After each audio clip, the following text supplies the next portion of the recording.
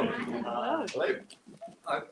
Otto Penzler. This is my store, and I'm the publisher of this book. So I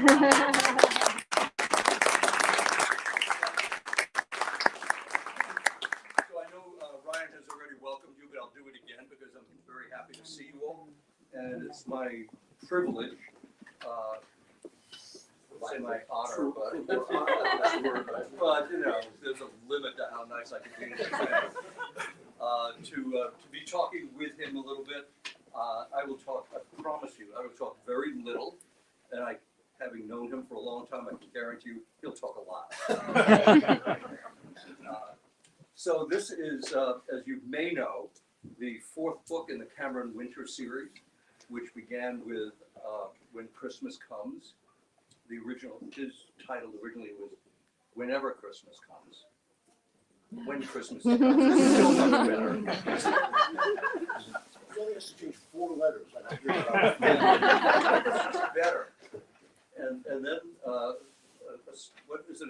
Strange Habits of Nuns? You love that title. It's like the worst title ever. Years to remember it.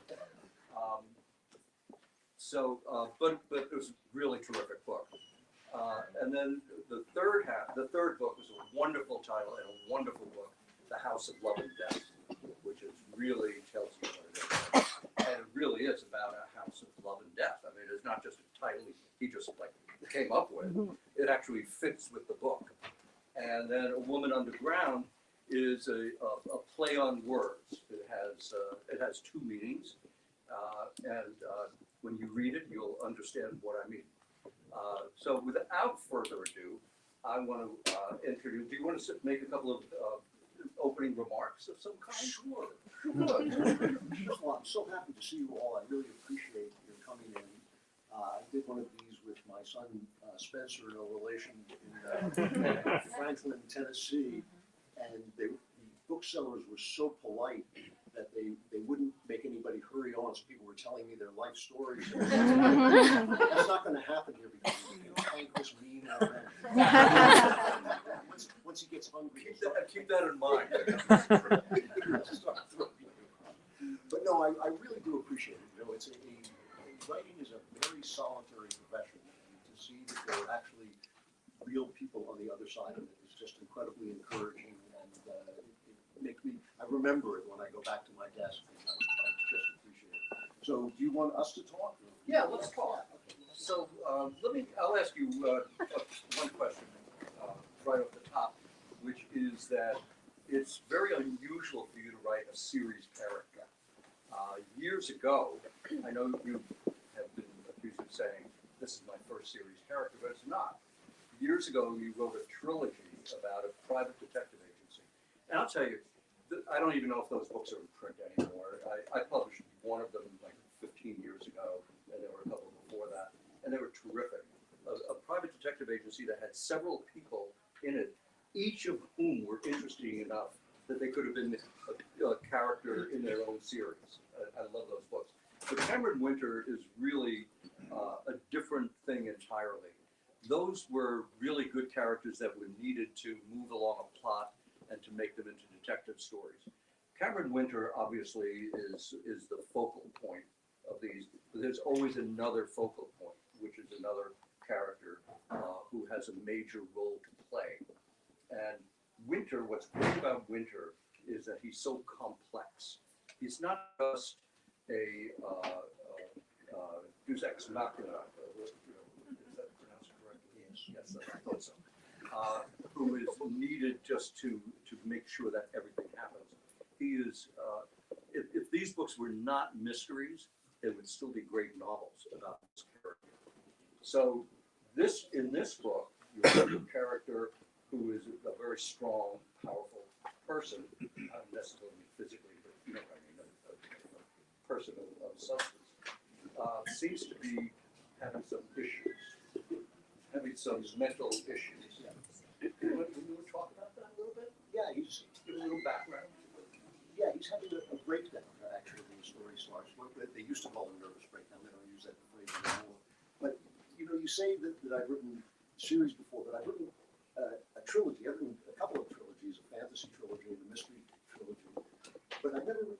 character that I just thought was going to go on for a long period of time. I'm hoping to get 10 books out of it if I can, and he's because he's so complex and because he's an interesting guy.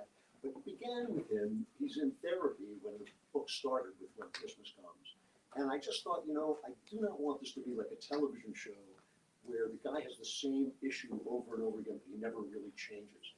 So if you ever watch, I don't know, like the show House, there's a mean doctor, and at the end of every show, he sort of scratches his chin and thinks, maybe I should be a little bit more human. And then the next show, he's exactly the same. So I thought this guy is in a process of therapy. He's an honest guy. And so he's actually going to explore himself and find out why he's having the problems he's having. He was a government assassin, essentially. He was a good man who arranged people's deaths. He didn't actually go out and kill them, but he arranged for bad guys to die. And one of the themes that is developed from the first book is that a warrior never comes back to the same country that he went off to fight for. And so he comes back to an America that is this America, except a little bit amped up. It's divided, it's corrupt, it's got people in government who shouldn't be, not only shouldn't be in government, they shouldn't be in the country, probably. And so he finds out he's been doing these kind of rough work for a country he's not sure he totally believes in a country anymore, a country that the people who are in it don't seem to believe in. And so I just wanted to bring him to that point that you get to if you explore yourself, where you face the heart of darkness, you face the worst thing about yourself. And this is that crisis book. This is the book where he reaches the place where he has to look at himself in the mirror in the deepest possible way. And it's shattering. Anybody who's been through it, most of us have been through some version of it, realizes that it's something that can really take you down. And so when the book begins, he walks in, to his therapist's office, and she takes one look at him and thinks, wow, this guy is unraveling in front of me. And as he gets into a very dangerous kind of situation, she says to him, your skills aren't going to be what they usually are. You're depressed, you're not paying attention, you're not totally connected with yourself. And that's essentially the story as he hunts down the people that he's trying to hunt down. He's just not at the top of his game. He has a kind of a strange relationship with his therapist, doesn't he? Yeah, well. She's gotta have a drink first before I answer that. She's become one of my favorite characters. I didn't mean for her to be, but she's an older woman who feels herself to be even older than she is. She's a person who sort of lives in her age and thinks of herself as an old biddy, basically. She's a widow and she thinks of herself as somebody who's never lived. And to some degree, that's true. She's never had a very romantic or interesting or exciting life. And into her life walks this guy who's much younger than she is, but also has been he's been a hero from books. And so she has a kind of typical therapeutic reaction, which is she has what's called transfers, where she starts to put feelings into him that are just coming out of herself. So she starts to fall in love with him. But at the same time, she's a good enough therapist to realize that, that's not a happening thing. That's not a real thing. It's just a psychological problem. But it sure feels real as she's going through it. And so they're both kind of in this weird situation where she's solving his problem and he is her problem. And it's kind of one of the, I find one of the most touching parts of this story. He tends to be alone a lot, but I don't have the sense that he wants to be. He is desperate to not only to find love, but to feel that he can be loved. And there's this woman that he met in the last book who basically just came up to him and said, I see that you like me, call me. And it couldn't have been any greater invitation, any more obvious invitation to a woman who's clearly attracted to. And through this book, he just can't bring it. I mean, he's a grown man and he can't bring himself to pick up the phone because he's falling apart. He's coming apart at the seams. And so every time he talks to his therapist, he finishes and she says, interesting story. Have you called Wednesday yet? And so that's kind of one of the things he's trying to get to. And he's trying to do it while the only woman he's ever loved before, the woman he's been obsessed with in most of these books, has actually reappeared in his life. So it's a difficult situation. Who of us hasn't been there?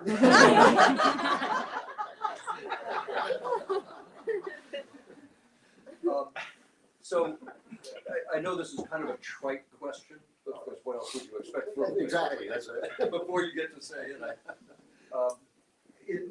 how much of you is in this character, and how much on other people that you've known blended into this really significant, important, interesting character? Somebody online, I'm not sure if it was Joel Berry from the Babylon Bee, it was someone said he liked this character because it was a combination of Reacher and Bourne and me. I think if you saw that combination of the story, you'd feel arrested immediately. Every character, no matter who it is, has a piece of yourself in it. It's like a piece of yeast that makes the character grow. I have to admit, I have used more of myself in this guy than I usually do. I've written characters who were nothing. Where people always look at the worst character in a book and say, "That's really you, isn't it?" It's just you. No one ever looks at the hero and says, "That was based on you." But this guy, I kind of let him have certain things that belong to me, like his love of romantic poetry and his kind of being torn between a life of scholarship and a very different kind of life. And he has, in the first book, in the Christmas book, he does have something that, a Christmas story that comes right out of my own life and is actually true. And I remember there was one scene in that book where that you wanted to change, you thought it needed to change, and you were right, and I was ready to change it. And I said to you, it's the only scene in the book that has ever really happened to me. It was a true scene, right out of my own life. He said, "I don't care, fix it." In his usual warm, lovable way. So yeah, there's a little bit of me. It's you're political. You're No, not at all. just noticing, that you're somewhat political and conservative, and it's your day job. Essentially, this is what you go off when you have extra time. But your character doesn't appear to be political. No. How do you reconcile that? Do you have a hard time not making him more political?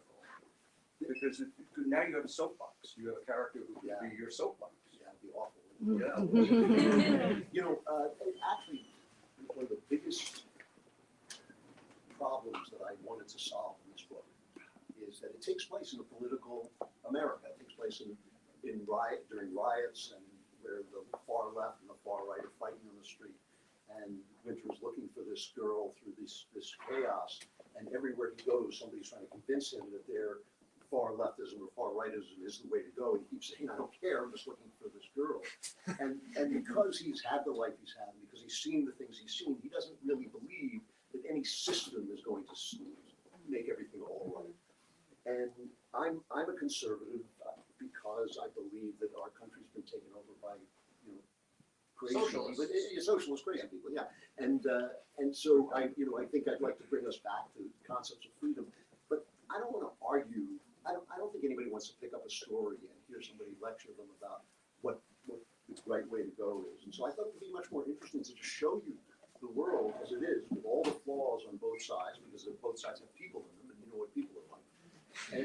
And to show you this guy who really does not care. He does not care. He doesn't care about religion. He doesn't care about politics. He knows, on the religious side, he's not an atheist. He does know there's some kind of mystery out there, and he's willing to look for it. But he's not a religious person, as I am. He's not a political person, as I am. And so it helps me to restrain myself and just tell the story. Just tell the story and let it unfold and let you experience the America we're in, because you can't write America without being political now, because everything is political. So it would be unrealistic to leave it out. It would be boring to discuss it in terms of policies and issues and things. So I just try to give you the culture as it is and let you live in it and see if you come away with more wisdom about it than you had going into the book. This is the fourth book in the series, and just as an aside, you said I want to go for 10 books. Yeah. And I point out that the great Swedish writers, my Showall and Per Valu, one was a poet, one was a novelist, and they started writing this series about Martin Beck, the first police procedurals that came out of Sweden, and was very, very successful in the 70s and early 80s. And Beck had said, I'm sorry, Pervalud said 10 books is the absolute limit. I don't want to do more than 10. And he wrote the end of the 10th book and died the next week. So I just want to say, don't be adamant about it. This is very disturbing. I love the Martin Beck books are some of my favorites. They're fantastic. They're also socialist books. And the reason I came up with 10 books of this is because I wanted to answer the Martin Beck books. I'm the only person who on earth who could possibly know that, because I never told him, is you. It's disgusting. Yeah.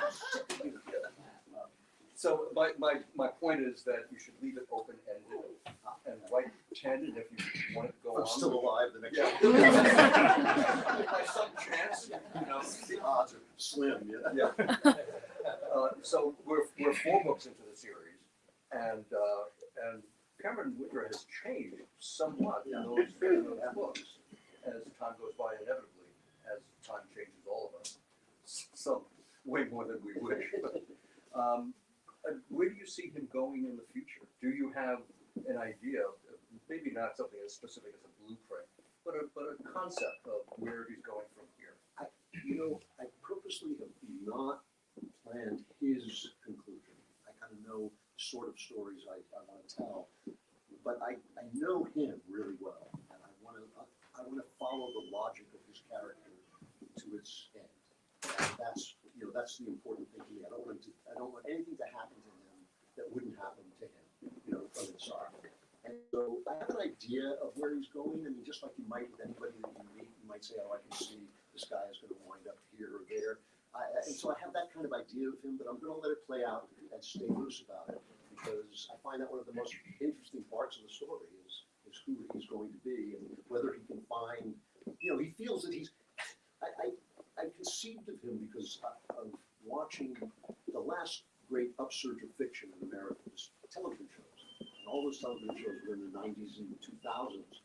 Every single one of the great ones, I'm exaggerating only a little, is about an anti-hero.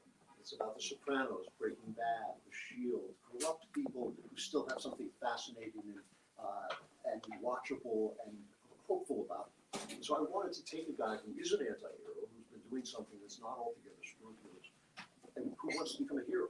He wants to become a good guy. What does that look like? Because the reason I think we dealt with so many anti-heroes is because when you outlaw manhood, only outlaws can be men. And so he wants to kind of reinvent what that means to be a man. And so whether he'll succeed in doing that, I don't know. But I know that's what he's trying to do. But you're not, I don't want to put words in your mouth. As far as I can tell from what you've written before and what I know of you, you're not turning him into a villain, into a bad guy. That's very unlikely. Yeah, that would be it. Okay. How about questions? Who's got a question? Anybody? He has no filter between his brain and his mouth. Anything that you ask, he'll answer, honestly. No? They just don't want you to feel. I was actually wondering if the therapist had anything to do with your wife.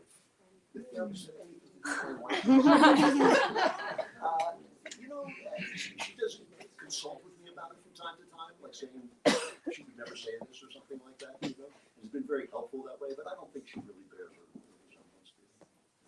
Like my lovely wife. Yeah. Hey, I've been a fan of your podcast for a long time, so thank you for being here. Thank you for doing this. I was wondering about the research aspect of your books. All your books are like very technically sound with the technology and the procedural stuff. So how do you go about that?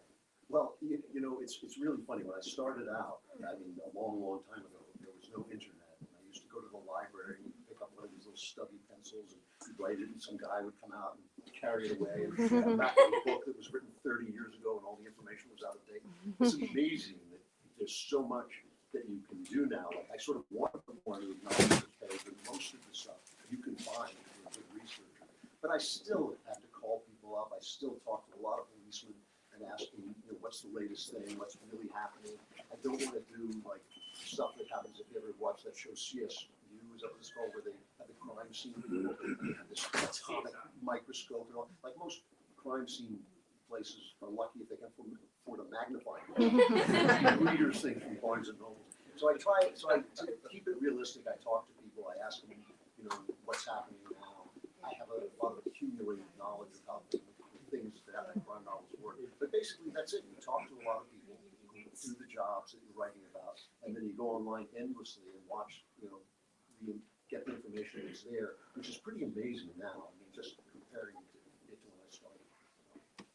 Thank you.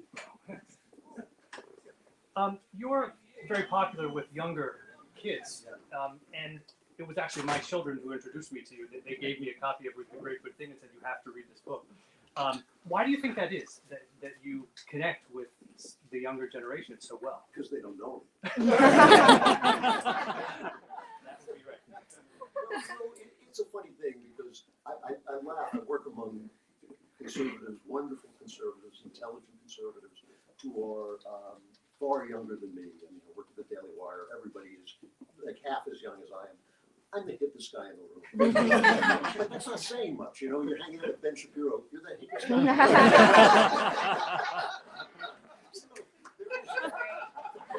There is some connection to childishness in myself. I think that does resonate. I'm not entirely surprised by it. This is more for a comment, not so much a question, but I've been listening to you since early Trump, so when I read your books, I can find most of the things you talk about with your life. But you've been speaking recently about masculinity and femininity, and you know, making a larger point about what's going on. I think it's definitely, I mean, for me, things are being separated so much. One of the things about your books is it's in the Dashiell Hammett kind of, you know, tree where it's a little more of a masculine character, but your women are good characters too. Very interesting characters, and you can like some and not like the others. And I've even noted in older books, Dorothy Sayers, Agatha Christie, they're not women's writers. They write about human nature, that men are intriguing as well. But I do, like you said, notice in newer books, I'll read books and I'm like, he does not get women, or she writes men like women, basically. I don't know if you could comment on that it's actually, for me, it's interesting that you're able to write about human beings, you know, as opposed to a lot of the stuff I read where it's not, I won't say it's agitprop, but it's like they don't even know how they're writing. Yeah, that is my theory. My theory about women is that they actually are Human beings.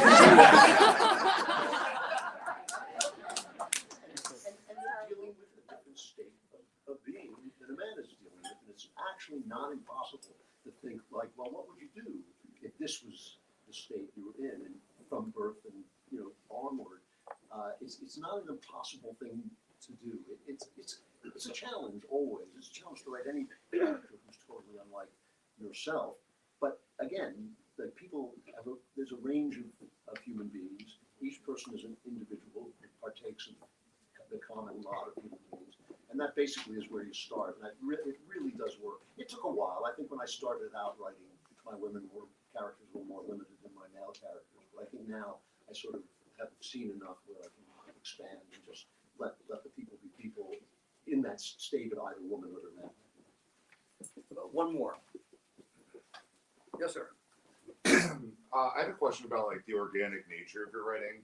So like obviously you're consumed by current events and obviously you have a personal life. Has there ever been a moment where you think the story, the plot's going one way, something happens in the world or to you and you change course? I haven't had that experience. I've had the experience where the story, I realized that the end of the story was totally different than I thought it was going to be. And it was a genuine shock. I mean, I make very extensive outlines, and so I usually know where I'm going. But the outline always changes as the characters develop and they won't do what you want them to do. You got to change the story. But only a couple of times have I come to something and thought, this has got to be totally, totally different than what I wrote down. And only once did I realize the entire ending of the story, which is usually one of the things you start with, you kind of know where you're going, where the ending was completely different. And that was a really startling moment. itself in my personal life, no. I mean, like this is kind of, I've trained myself. I really believe that being a novelist is a state of mind. It's a state of mind where you let things come to you and then you give them back as they come out of you, it's through this kind of weird muse process. And I wouldn't let some momentary thing, like that I was sad, and so the story gets sadder or anything like that. I cut it out in the second breath. Okay, so now's the time where Drew is going to be signing books. And I think Ryan suggested that we start a line on that side. So please, if you could more, no mob scene.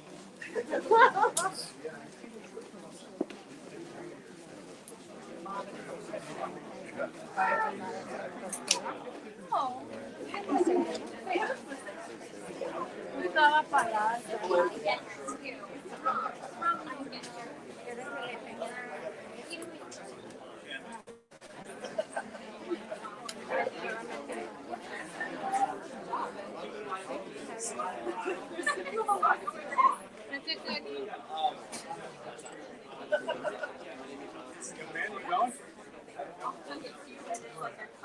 You're totally like breathing out of control.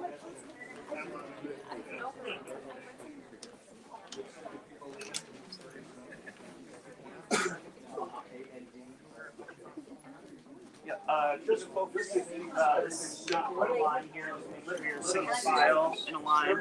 Turn your page, flap the book to the title page, because that's where they sign. You have your bookmark. A lot of these people have already paid, but I've just been saying, feel free to grab, whatever, join the line, and just make sure you pay on your way out. Hear that with all the people walking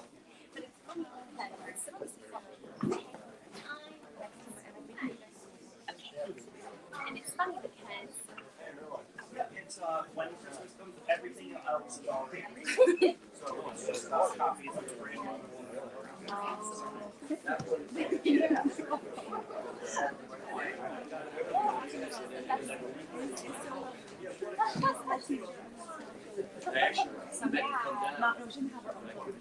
And that reminds me, if you don't want to wait in line, but you just want a signed book, we have signed copies. We did. We're out.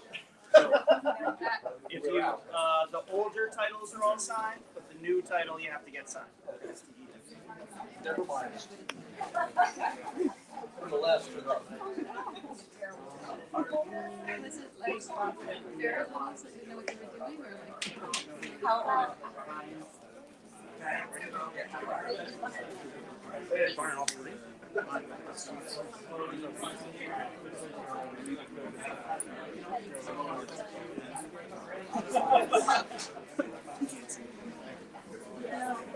All the older titles. They're all right.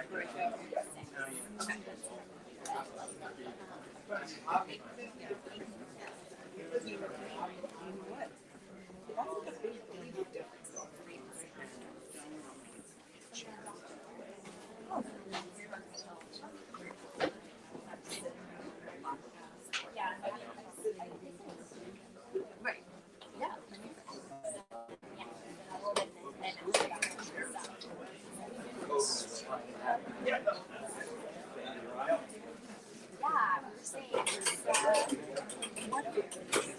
Teaching it more to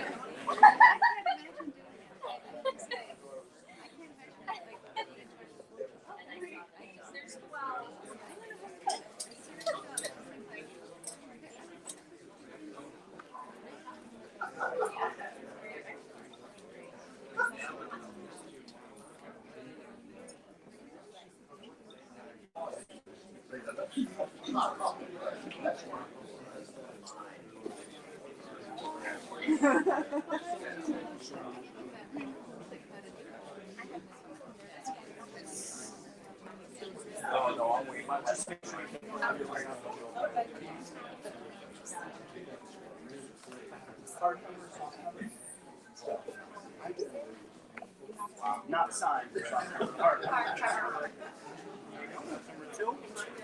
I believe you have. And same situation with that's unsigned softcover, unsigned hardcover. Signing. That's why people send them to these schools, you know?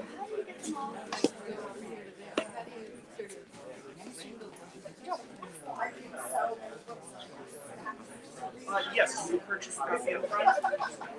You get one when you make a purchase. What?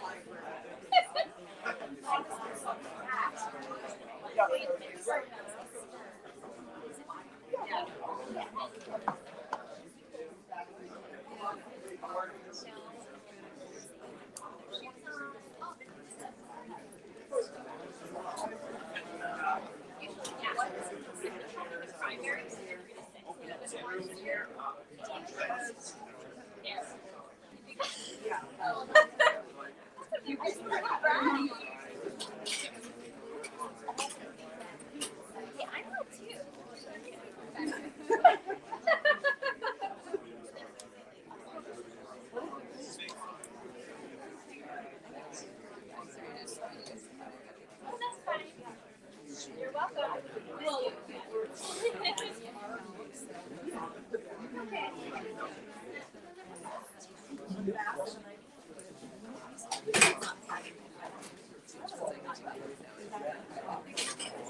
Have a good one. Hey, you guys, just on the way back. Brother.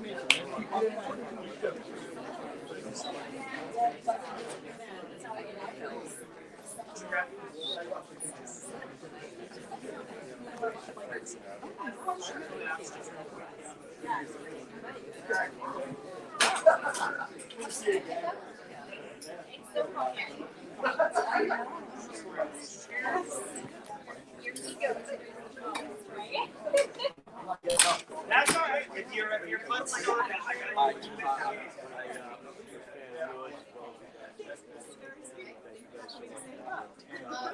You too.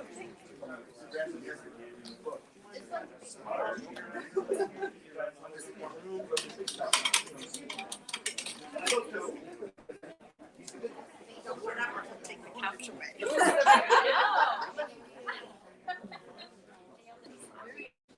I know. I'll leave the couch.